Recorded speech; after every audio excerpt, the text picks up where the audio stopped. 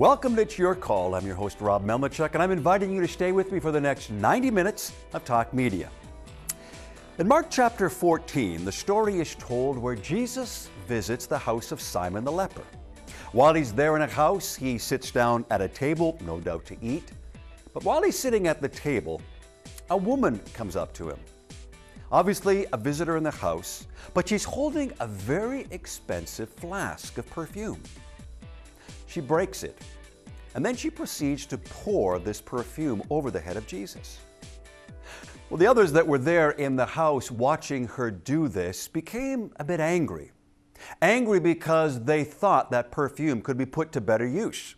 They began to say amongst themselves, "Why didn't that woman sell the perfume and then take the money and give it to the poor, the needy?" Well, Jesus, listening to their comments, basically says these words. He said, "Just leave her alone. Don't criticize her because she's actually done something very good." And then he says in verse number 7, he says, "For you," speaking to those in the room, "you have the poor with you always. And whenever you wish, you may do them good."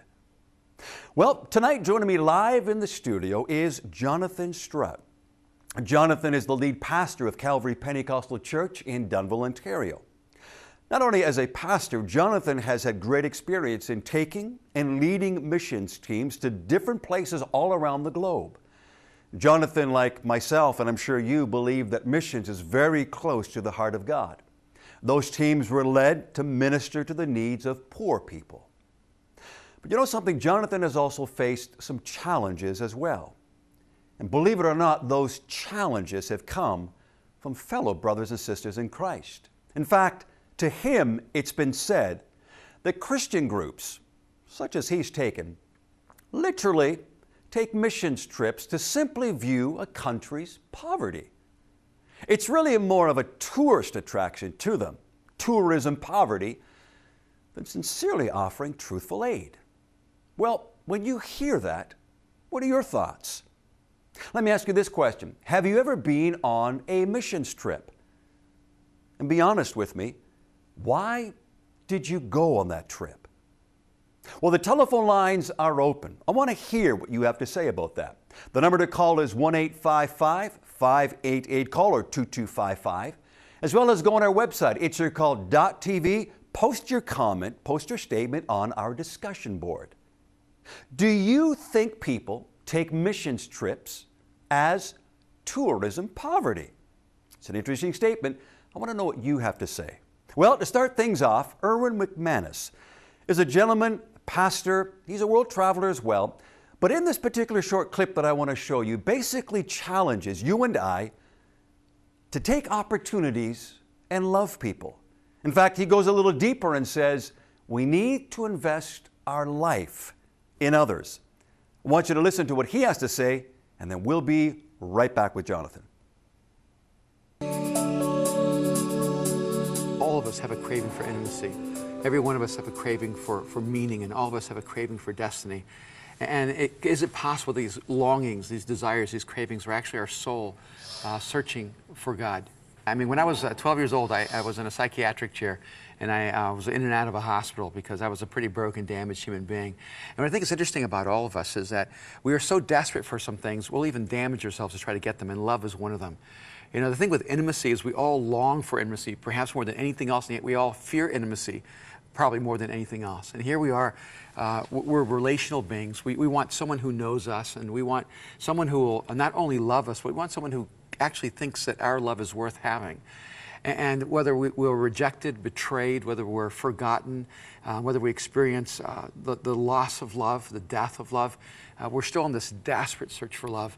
And if we choose isolation and if we choose disconnection, our souls begin really to dry inside, to die inside. Loneliness and isolation just are not good conditions for the soul. You can tell that we're designed for love because the more we begin to live in love, the healthier we become as people. And the more we feel as if we can't find love, the more disconnected and isolated we become. I had to change a posture. I said, look, I'm not going to spend my life looking to be loved. I'm going to spend my life looking for opportunities to love. And I began discovering that love was an unlimited commodity, that I didn't have to be loved by another human being to actually be a source of love. And that was a wonderful thing in relationship to God, was that God became for me that place, that source of unconditional, undeserved love. And I got to tell you, 30 years later, it's not old. I just decided the best way for me to invest my life was in people who are maybe more damaged and more hurting and more broken than me. And you can develop an incredible sense of gratitude when you're working with people who are in a more desperate state than you. I remember as a kid, I had this intense burden for humanity, to end poverty, to end hunger, to try to make a difference in the world. And, you know, of course, the problem is that you begin realizing, how can you save the world when you can't save yourself? And, you know, someone wrote a piece and described me as a prophet of hope. And I thought, I love that metaphor. Because if there's anything I've discovered in my life, is that there's always one more solution than there is a problem, you know. And I'm an incredibly optimistic, hopeful person, and I do enjoy life. And I love watching films, I love playing basketball, I love seeing the world. I've maybe been to 50, 60 countries around the world, and I love engaging new people in new places. And in some sense, I'm actually attracted to crisis because I'm so confident there's a solution. So many people are so negative on this emerging generation. They say, well, you know, they're slackers and they're, you know, without intention and purpose, they're self-indulgent. I'm going, I don't know where they're finding theirs, but let me tell you, the thousands of people who come to Mosaic, overwhelmingly, they're passionate, they're zealous, they're intense, they're sick and tired of things that are fake and superficial. They want an authentic faith or no faith at all. Right. And they're willing to lay their lives down and risk everything. And I love this generation because they remind me what it looks like to be alive. Meaning is more than just some kind of dogma. Meaning is more than an apologetic. Meaning is not simply a philosophical search. What we're all searching for is not simply truth. We're asking, can anyone be trusted? And that's at the core of all this. And we're trying to live a meaningful life. And in that meaningfulness, we begin to have meaning. Erwin McManus talks about having or putting yourself in a place of taking the opportunity to love somebody, investing in somebody else's life. Well, tonight, our program topic theme, what we want to cover is missions. Is it poverty tourism? And what we want to know from you is this. Do you think people take missions trips as poverty tourism? What are your thoughts on that? Lines are open. The number to call live in the studio is 1-855-588-CALL or 2255. As well as go to our website, itsyourcall.tv, and post your comment, post your thought, and I'll do my best to engage you in our conversation tonight. But what do you think? Do people just take missions trips with a leader because they've got this incredible desire to see world poverty, but really their heart isn't where it should be regarding the need to minister to those who are in that situation? What are your thoughts? What are you thinking? Well, my special guest with me tonight is going to unpack that for us in just a few moments, and we're going to talk about some of the challenges that he has faced, which we are opening to you as a viewing audience because we want to know your opinion. Now, if you happen to have taken missions trips, I want to hear from you. If you know someone who's taken missions trips and you've heard them talk somewhat similar to this, we want to hear from you as well. But also, I want you to know that throughout this entire program, we do have men and women who are called of God, I believe with all my heart, to pray with you. If you're going through a difficult time, a crisis situation, or you're somewhere on your journey and you're getting close to possibly making a decision to serve Christ, please pick up the phone. Call our prayer partners, 1-866-273-4444. And let these people talk with you, encourage you, pray with you, and you know what? Lead you into a relationship that will literally change your life. That's a relationship with Jesus Christ. I mentioned just a moment ago, you know what? You can post your comment, your thought on our webpage, itsyourcall.tv, regarding our subject. And let me read you what Richard says, because he's got some great points here.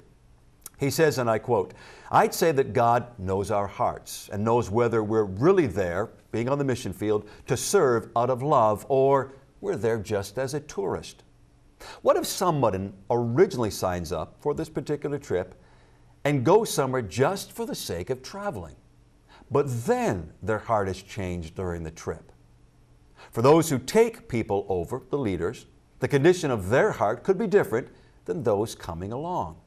So even if a pastor is just trying to show a bunch of youth a country's poverty, the kids themselves could still do a lot of good work. It's true.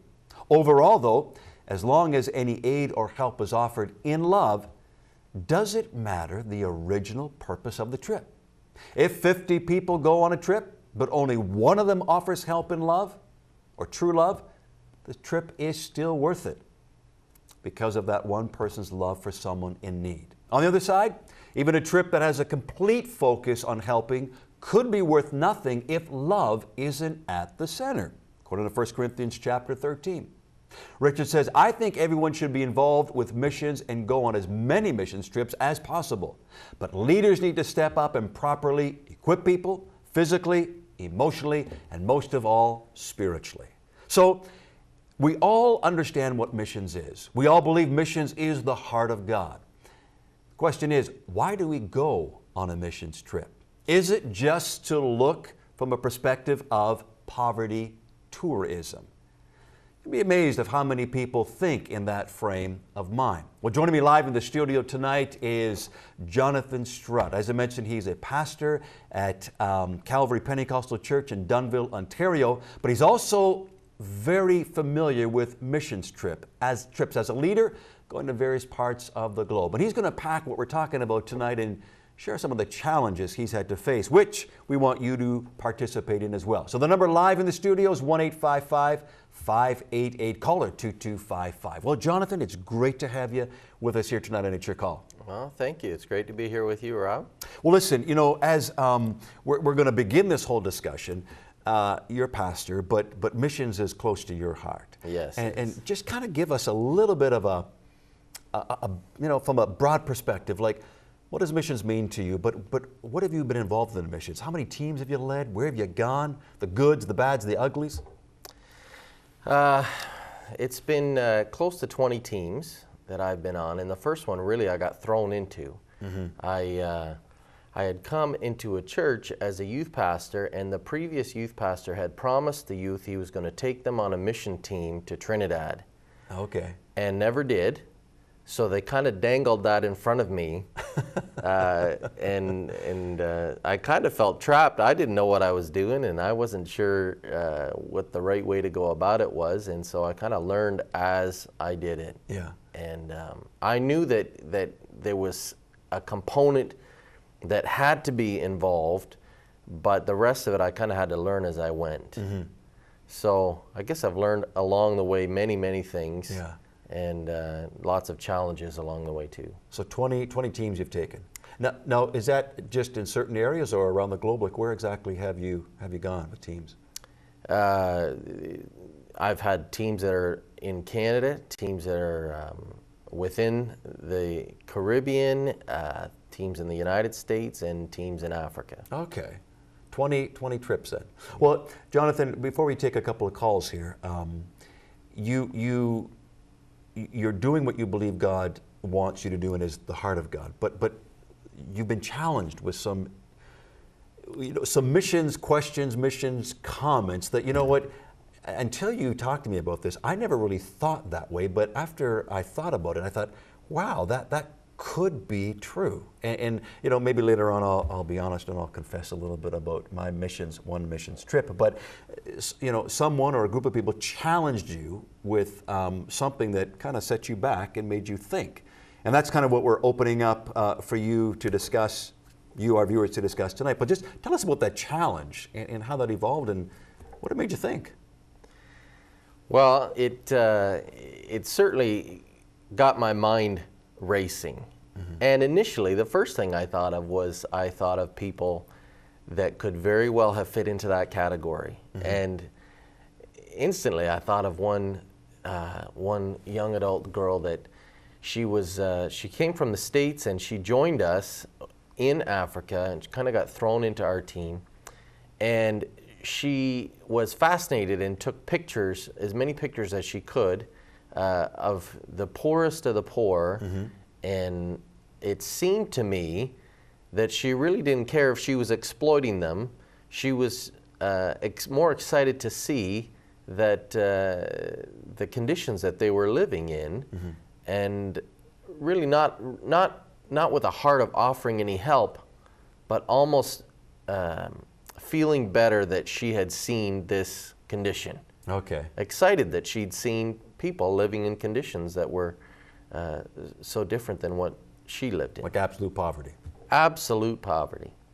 So it was more of a trip to take pictures because there was an interest factor, but as far as actually doing anything from a ministry perspective, that really wasn't there.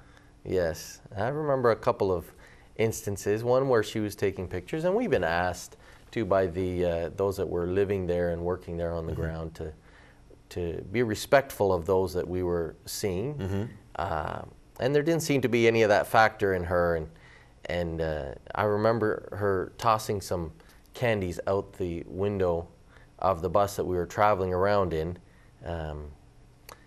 and the children were running up to try and get the candies, and I was fearful the children would get trampled by the bus. Okay. And she'd been asked not to do that. She just decided to do it anyways because it gave her some better pictures. Okay. And I thought to myself, what is the purpose here? Yeah. And why are you here? Yeah. And initially, when I was first challenged with this idea of, is it really just poverty tourism? That was the first occasion that popped into my brain. Kind of the eye-opener. Yeah. Now, again, for those of you that are watching, what we're really wanting to ask is that, do you think today people go on missions trips merely for the sake of poverty tourism? And maybe, Jonathan, just kind of explain a little more of when you say poverty tourism, what we're really talking about in simplistic terms. Yeah. There's been some challenge, I guess, not just with what I've mentioned, but also with the idea that there's so much money spent on the team getting to where they're going and what they're doing while they're there. When you start adding up the money that's spent to get there, add up the flights and the accommodations while you're there and the ground transportation and all of the shots and vaccinations that are necessary. And by the time you get on the ground, you've spent sometimes thousands of dollars per person to get there. And then the challenge comes, well, wouldn't that money be better spent sending it to those people and having them make the best use of it? And aren't you just spending that money to go and see it for yourself and satisfy some kind of wanderlust in you that wants to see them and maybe make yourself feel better that you're living in a better condition that somebody else is, and maybe make you more thankful, but really exploiting them for that case. And it challenged my brain to the place of wondering what really is the motive and what's my motive. And it challenged people even that would participate in any team that I took. What is your motive for going? And is your motive pure? And is it, as Richard said in his note, is it really true love to do something and contribute to the needs of others? Now, taking about 20 teams to different parts of the world, as you explained, 20 teams, how many people would that be, just roughly? Are we talking 200? Yeah, probably about 200, yeah. Now, of those 200 people, do you think that, what would be a percentage? I mean, I'm asking you to guess, but what would be a percentage of people, of those 200, do you think we're kind of going on this whole poverty tourism thing versus people that you know, hey, I know missions is the heart of God, I want to go and minister to people the best way that I can? Like, is that a fair question to ask? I mean, can you answer that? Or? And I guess that's a good question to ask, and it's good to evaluate. I'd like to think 100% were there with pure motives. I'd like to think that, and I really do hope that is the case. But in perspective afterwards, sometimes hindsight helps you see a little better. And perhaps there were a few, and I don't know if I'd care to even say a percentage, but I would say that perhaps there was some that maybe the motives were not pure. Having said that, I also agree with this person that's left the note here for us, and that sometimes the heart can be changed in the middle of the process, and I've seen that happen also, which is unique to see somebody come on one of these teams and have their heart change, and when they come home, they're really a different person. Is it And let me just suggest this again. We're talking about missions, poverty tourism. It may be a new term, a new phrase for you. You may be trying to wrap your head around exactly what that simply means. The bottom line is, you hear lots about missions teams today. You hear lots about churches taking missions teams and organizations taking missions teams. And I understand that when there's a crisis and relief is needed, I mean, everyone needs to step up to the plate and do what they can do. But there's also just, churches of which we all are part of our communities of faith who, want to take a team to a different part of the world and, visit those who are poor and poverty, adverse conditions, and help. And I'm sure the heart and the motive is right in helping. But the interesting factor is some of the challenge of that is how many of us, or how many on that team, are actually doing it with the motive of going to meet the need versus, you know what, it's a trip, I'm going to go visit people and see another part of the world and look and be a part of all the poverty that's there, and yeah, I'm going to give someone a toothbrush or I'll give them some clothing, etc. But really it's not gripping the heart. And what we want to know from you is, do you think, or what do you think about people who regard missions as poverty tourism? What's your thoughts on that? The number is 1-855-588, caller 2255, or it's your call.tv. You can post your comment or your question there. Jonathan, getting back to what you had mentioned, when we were talking about this, I never actually, as I said, thought of missions from that perspective. And I got to be honest, I've only actually been on one mission trip, and I was asked to lead the mission trip.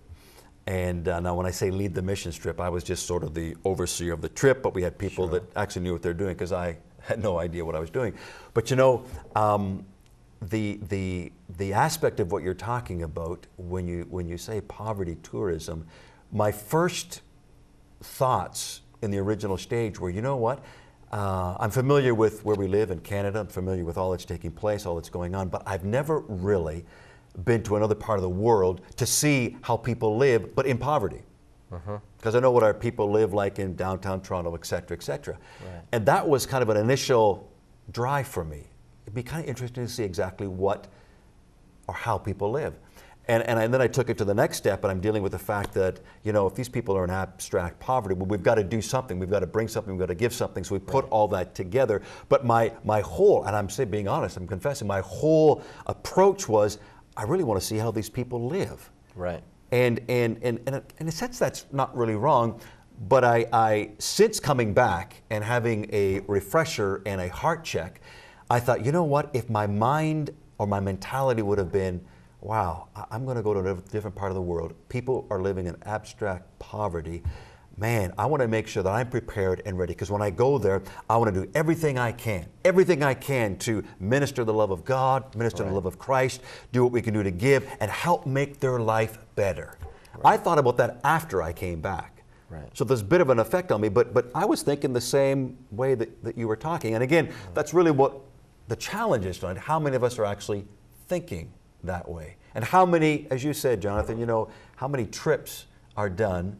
And I say this respectfully, but how many trips are done where a lot of it is just waste because it's almost like a tourism trip, but visiting poverty. Right. Now, can you, I mean, the trips that you've taken, the 20 trips, the 200 people, even with Richard says here, I mean, have you radically seen lives changed who have gone and somehow there is a connection made? Because the whole point is we're trying to create tonight the idea that we've got to think differently and be differently before we go. Right. Versus having that effect when we come back. We've done a great deed. You know what? Wow, I helped the poor. We talk about the story. And then guess what? We do absolutely nothing after the fact. Even in our own backyard, nothing. Yeah. And anyways, just have you seen some real radical changes in that? Well, absolutely. And I'll start by saying that I've seen radical change in myself. And the biggest change happened in me when I realized how ungrateful I was for what we had at home, and what I should be more thankful for, and what I should complain a lot less about. But also, it created in me a little bit more of a heart of an advocate because I had seen something that I could draw others into that, and perhaps maybe share the need with others that weren't aware of that need. I think there's so many that just aren't aware, and there isn't a connection that's made with that need. It just seems too far away. But when you know somebody and they've shared their heart and their experience with you, it kind of puts it a little bit more in your life. And so feeling a little bit like the biggest change in me was really creating an advocate inside of my soul for those that we could help.